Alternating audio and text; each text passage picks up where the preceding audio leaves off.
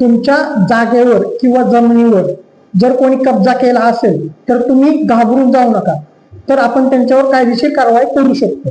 पहिली स्टेप, तुमच्या नावावरचं 7/12/8 sale deed आणि प्रॉपर्टी कार्ड कागदपत्र तयार.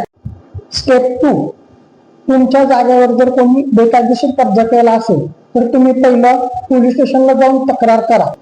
BNS सेक्शन 329 नुसार क्रिमिनल ट्रेसपास लागू होऊ शकतो.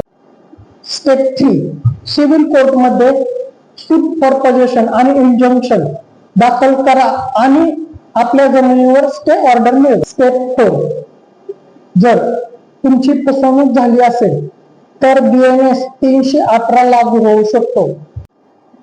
महत्वाचं, स्वतःहून भांडण करू नका, कायदेशीर मार्गानेच कारवाई करा. लीगल इन्फॉर्मेशन साठी फॉलो करा, सबस्क्राईब करा आणि लाईक करा.